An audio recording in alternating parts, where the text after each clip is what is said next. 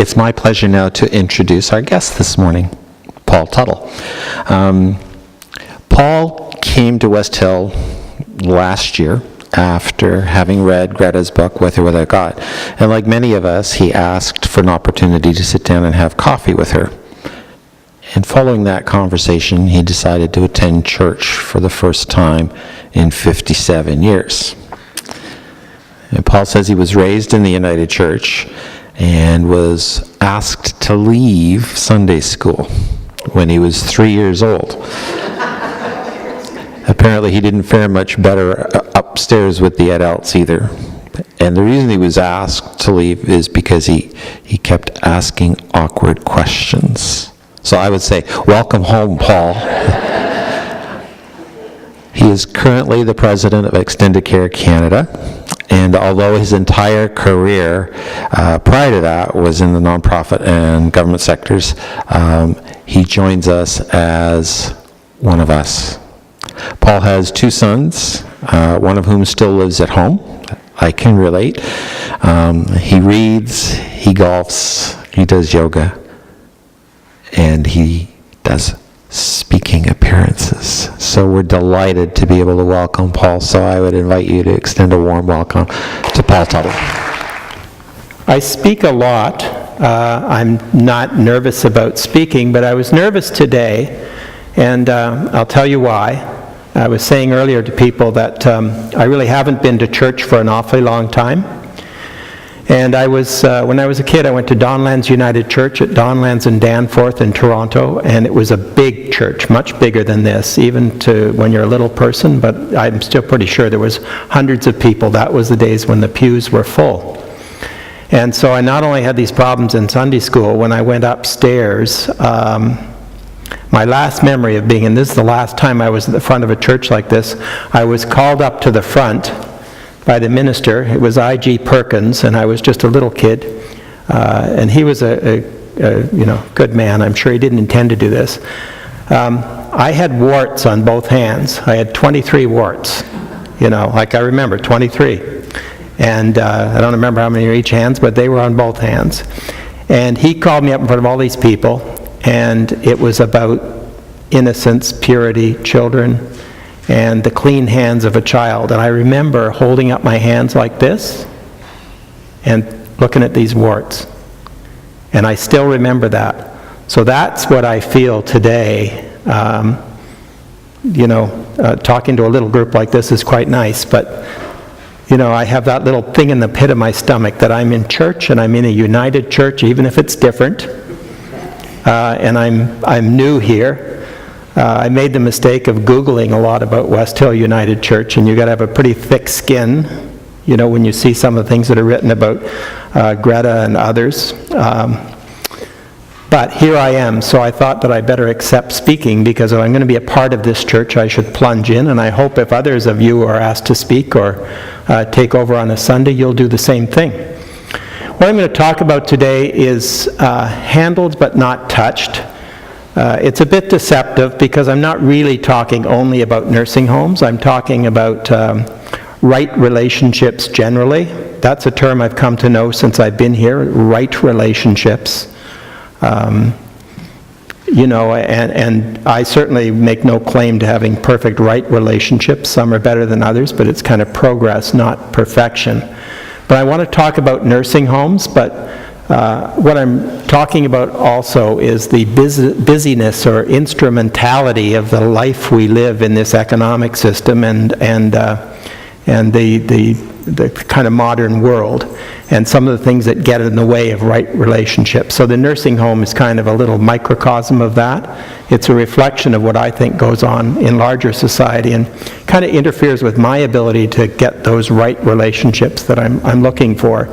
But it's particularly poignant to me in nursing homes because that's the business I've been in most of my life. I say business in quotes because it's always been, I've usually been a not-for-profit. I'm in a for-profit nursing home group now, and I make no apologies for that because there's nowhere else where I could impact as many people. We take care of about 15,000 people a year in our beds, and I have the opportunity to going to oversee the largest quality department in the country. So, that's why I'm there. So, handled but not touched. Can we move on? I haven't looked at these slides for a while. Entering long-term care. When you enter a nursing home, a lot of it is about loss. You lose things. You can't smoke anymore. You need a doctor to tell you whether you can have alcohol with your meal or not. You get up at a certain time. You go to bed at a certain time. People bathe you, whether you want to be bathed or not. There's a regulation that you have to be bathed a couple times a week. And you have to be bathed whether you want to be bathed or not. Most of us would want to be, but the point is, you're in an environment all of a sudden where you've lost your autonomy. As good as we try and make a home, it is about loss to a great extent. You're losing all kinds of things, and you're losing social relationships. Just to tell you a little bit, and let's just speak about Ontario, it's easier. There are 77,000 nursing home beds in Ontario, long-term care beds, I should call them. And they're almost entirely populated by women. I send anniversary cards that I sign, or birthday cards to all our residents, like sign them by hand. And once you get into the 80 plus or 85 plus, there aren't many men. By the time you get to 100, it's about 20 to 1 or more. So it's almost all women. And one of the things that occurs to me in terms of the loss and the idea of loss of relationships, and I don't have answers for all this, I'm just trying to kind of follow what Gretta does sometimes and just try and get people thinking about this stuff. Women are used to having, and it's all women in these buildings for the most part, remember, are used to having social networks. They're much better at it than men. I've learned so much. Since I learned to have women as friends, I've learned how to talk. Like my male friends, and I'm going to get to the nursing homes in a minute, my male friends, we get together, we have to have an activity. We golf, we go fishing. It has to be around an activity. I think in 60 years I've never phoned a friend and said, let's have lunch. At least a male friend. But a female friend, I would do that. And they have much better networks than men, and it may be partly why women live longer, I don't know. But much better social networks. So they're losing even more than men. Men who come into the home may lose the fact that they may miss the fact that they're not playing golf anymore. And they'll miss their families or their kids if they don't visit often enough. But if you sit down and really talk to women in nursing homes, there's something more they're missing. It's kind of an emotional piece. It's that network that's missing. So loss and gain. Let's go on, because I only have a very short time here. Quality of care. You probably gain. A lot of people who come into nursing homes come because they fell or they were living independently as long as they could. And you get into the home, we have ways of protecting you if you fall. We have ways of taking care of things that ail you. It's not unusual to come into a nursing home and have your medications cut in half.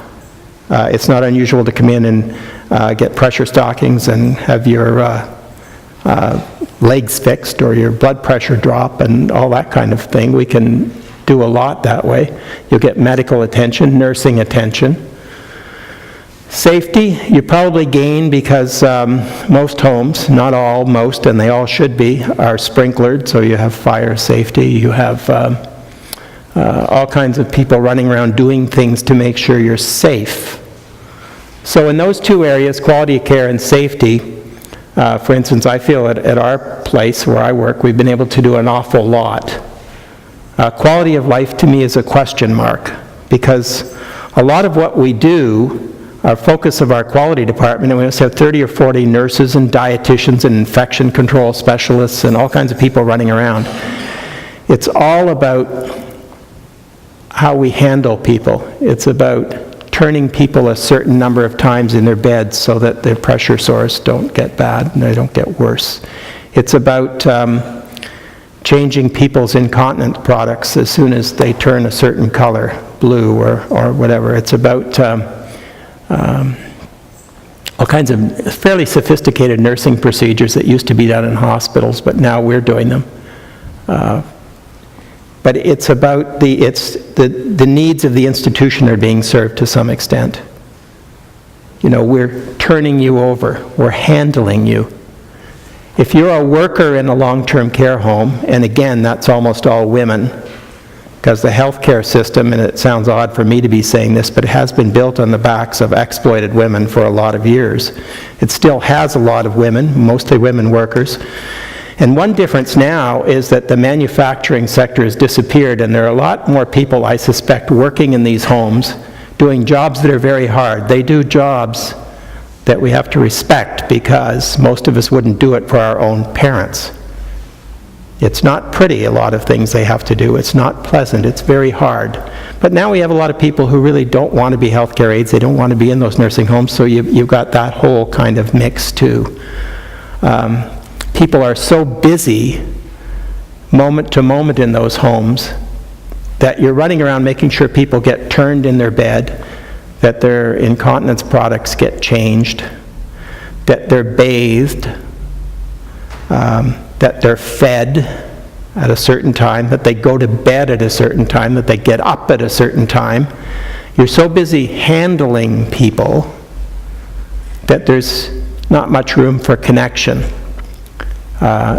And an area of kind of right relationship that I certainly feel I haven't been able to have the impact that I wanted to. I think I've had an impact on the first two areas, but quality of life, getting at that relationship, you know, what do we do? How do we make it better so that the PSW is not just handling the person?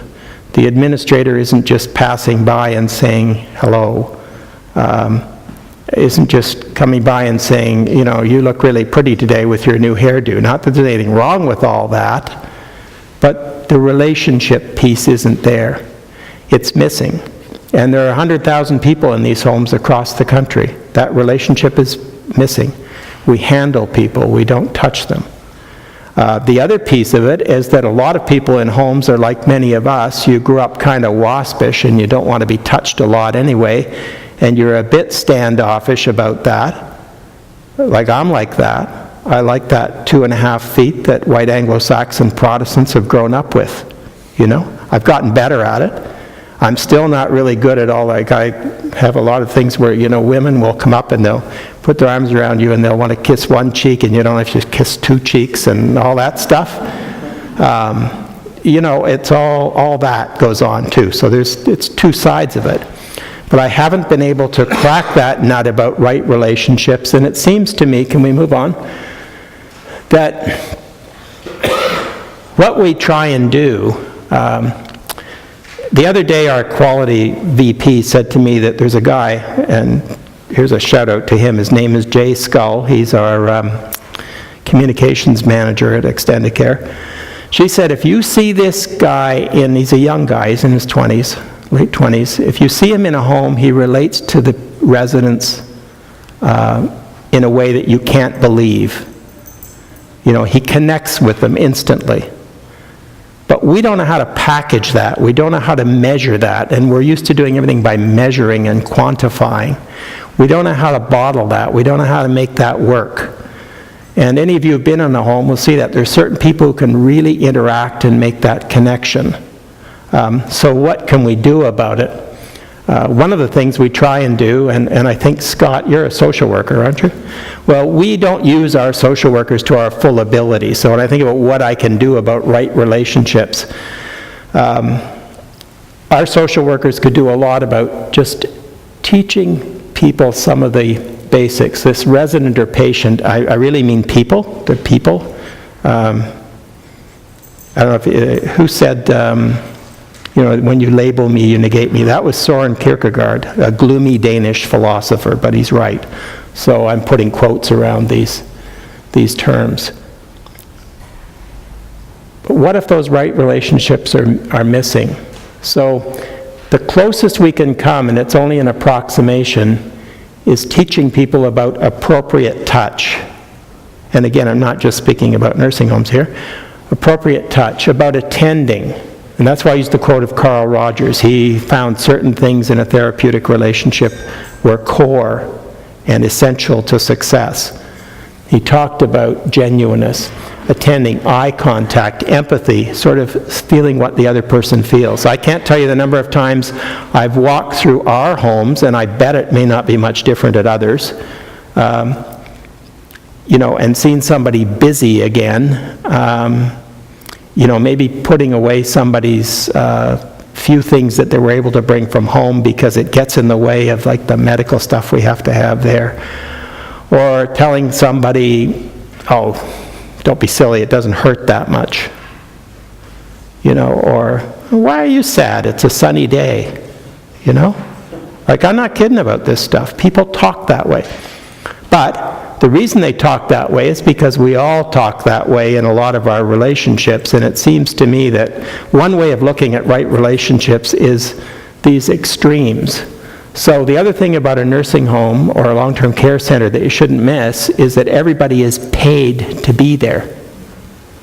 So you're the resident, and everybody you interact with, other than the people who visit you, and a lot of our folks don't get as many visitors as you might think they would, or that we might like them to have, is paid to be there. So what does that kind of do to the relationship idea? So we can teach people about attending, eye contact, empathy, those kind of things. We can do a little bit more of that. We can advocate for more staffing because our places are woefully understaffed. I can talk about Extendicare, but I could pretty much say that generally, at night, half the population in a nursing home now has dementia, and at night you might have 1 PSW to 10 residents if you're lucky. In the evening. Overnight it can shoot up to 1 to 40 or 1 to 50. It's scary. If you watch TV lately, you'll see that some bad things have happened in nursing homes. They partly happen because there's not enough staff. There aren't enough people. But if we can get more people, so that's one thing I have to do is advocate, and I've got a group of union people and all kinds of other people, and we're going to make a real big noise about this if we can. And that's important. So there's things I can do that way. Next slide. But how different is that I'm seeing there? One of the things I like about this place, and then when I've been sitting talking to Gretta, is that struggle about right relationships. And I just love how authentic Gretta is. Like she doesn't pretend to be perfect. She'll talk about not being successful in all relationships. It's progress, not perfection, is what I like to say. I'm certainly not been successful in all mine either. But to me, this idea of being handled, not touched, is so crystal clear in the nursing home environment. But I think of my own life, and I think again of that instrumentality, you could call it, both in the HR sense, the philosophical sense, everything we do being a means to an end, the busyness that we all have in our lives, it takes us away from those right relationships. And it's hardest at the extremes. So if you're somewhere where you're paid to be, to take care of people, you're kind of handling them, and there's a real gap between you and the person. Right relationships are hard to achieve there. Maybe they're easier on the middle ground. They're hard to achieve on the personal level, too. I really admire, I think, Richard, you talked about having an anniversary. It was the last week or the week before. Did you have an anniversary? When I see people married for a long time, and if they're really happy, I think that's just great. It's hard to have those authentic right relationships at the extreme. So you're the paid nursing home worker relating to the resident in the bed. It's equally hard in our most intimate relationships, and this is what I'm doing. It's just raising questions, I hope, and I hope I learned something by attending this place regularly, because here, at least, we don't have a book to tell us what to do. Most of us don't have, some of us maybe, most of us don't have a deity that's going to tell us like how we should behave. We have to figure it out. And it's very hard in the most intimate relationships Like, I think one reason that I know I behave, and I don't think I'm the only one, and again, the nursing home is sort of kind of a reflection of all this stuff. At home sometimes, when I was married, if I didn't get my way, I would pout. Here I am, like I'm 64 now. I'm still pouting about stuff sometimes. I'm not going to pout with any of you. If you don't like what I'm saying, or I'm not going to pout about it. I'm not going to particularly worry about it. For me to get into my kids' frame of reference is really hard. I've got a son in Huntsville. He's joined the Salvation Army. It's good for him. He likes the structure. He likes that kind of belief system. He'll sometimes try and bait me, and he knows if he watches this on YouTube, he'll say something, well, like, do you really believe we crawled out of the ocean? I don't fall for it. I don't do that. But he and I have struggled with our relationship, and it's gotten a lot better now, but it's really hard to have right relationships. Really hard. And I think, again, what I see in a nursing home sometimes, the handled but not touched, people being handled but not touched in their last years, isn't that different? It's kind of a metaphor for like what goes on in the larger world when I think about right relationships and authenticity, and that's one of the reasons I really like this place. I'm not an atheist particularly. I'd fall into the category that Gretta would call fuzzy thing. I don't know really. I think there's something, but I don't know what it is, kind of thing. But this is a big enough tent, and it's a welcoming enough place that's okay. That's okay. So what I'm really trying to do today is say, I have a responsibility to do something in my position about that lack of right relationships in nursing homes, and I don't know exactly what to do. And some of what we're doing, teaching people eye contact and attending and responding to how people feel and why they feel that way, you can approximate the genuine relationship, but a bit of it, you can make a technocrat. Like a lot of social workers and the helping professions, if they lack that root of genuineness that Carl Rogers talks about, for those of you who studied psychology, you will know that. You have to have that, because otherwise you're just kind of hollow. You go through the motions. You look at people when you talk to them, and you try and respond to how they feel, and you try and not deny their feelings, but you can be a technocrat. So how do we get those people? I don't know what the answer is. I don't know how to get a bunch of paid workers doing a job that some of them, not all, some of them don't want to do. Some of them are great. My mother was a nursing home in BC, my favorite healthcare aide. My mother was anxious in her latter years. She was a biological mom. I'd only known her for 10 years. She was very anxious. One day, that PSW crawled into bed with her and cuddled with her for 15 minutes. That just sums it up to me. If you did that in Ontario, you might be arrested or regulated somehow. But that's the kind of thing we want to see, and I don't know how to do that. So all I'm saying is, here I am, somebody who has kind of control over this, a great big quality department. I can fix wound care, I can do all kinds of stuff and make it better, and we're measured on all these metrics. I don't know how to create those right relationships. I'm working on it. But in the larger sense, I'm not sure I know how to create them in my own life either. I've just been given the 2-minute hook, so I will. So I'm kind of rambling, and purposely, in a way, because one of the things for right relationships for me is connecting this and this. And I live too much up here, quite frankly, but I feel things down here. And I have to be able to connect those two things if I expect to do anything with right relationships in a nursing home or in my own life. And so that's kind of really what I'm talking about. I'm not talking about something remote. I hope that if you go into a nursing home and you volunteer or you visit, you'll think about connecting with people. You'll think, when you look at, what I try and do when I go in there is visualize my own mother.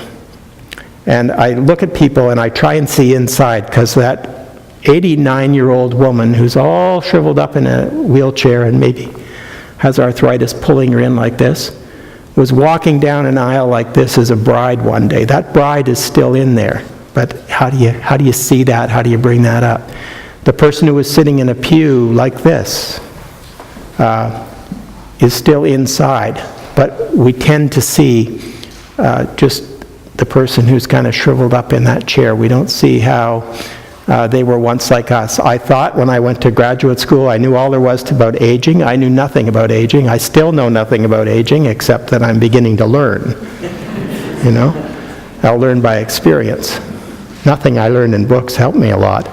So, all that to say, I'm someone who struggles with right relationships in my own life, is trying to understand how make that work. And it's easier to talk about than to do, whether it's a right relationship with the planet, with the economic system, with each other, in the most distant kind of relationship, like the one between the healthcare aide and the resident, very often, the paid worker and the person being cared for. And at the other extreme, the most intimate relationships. It's a lot easier because and the ones in the middle, the person in the store you see, or the person you pass on the street or you see occasionally. It's the regular relationships at both extremes that seem really hard to me. And I haven't figured either one out. And part of this is just catharsis for me, is being able to say that. I haven't figured that out. And I want to figure that out for all those people in our homes. But I don't know how to do it. But I'm trying to do it. It's not perfect, but I'm trying to do it. And in my own life, I'm trying to do it. And I'm trying to heal any damage that I've done by pouting or whatever it is. But I don't want to pout, and I don't want the healthcare aides in our homes to pout either. And I don't want them to treat somebody badly in the bed. I'll take 30 seconds. I was saying to John, if you want to see something that is really the antithesis of right relationships, Checks TV in Peterborough had a video today of something that happened in a nursing home up there. And it could have happened in Extendicare, or it could have happened in a municipal home or anywhere else. But it happened in this St. Joseph of Fleming is the name of the home. And if you go to Checks TV, you'll see something terrible. You'll see two workers in a room with a woman lying in bed helpless. They're busy kissing each other and ignoring her. That's one photo. Another photo, or another video, this is a family member who put a hidden camera in, is of a healthcare aide picking up the sheet, sneezing into it, and then making the bed. Now these are extremes. This is not how most people in homes behave. What I'm talking about is just doing your job and not really connecting with people. But there are things like that, and I can't help say that because all of you have seen the news about a murder at Wexford, or Extendicare had an issue with W5 at one of our homes that we managed in the West End. These things will happen. The worst in this video that's really disturbing is the healthcare aide grabbing a person and just literally bouncing her on the bed to take control of her. It's terribly distressing. But that's a little piece. The big piece is 11,000 people in our homes that may not have that right relationship with the people that we pay to come in every day and handle them rather than touch them. So if we can figure that out there, if we can figure out it in our own lives, because we talk about right relationships, but how do you do it is the real question, and I don't have the answer to that. And if you ask me to come back and speak next year, I doubt that I will either. It's an issue for us, though, and it's a reflection of how our society works. Again, instrumentality, purpose of everything we do, being busy, interferes with that ability to have right relationships.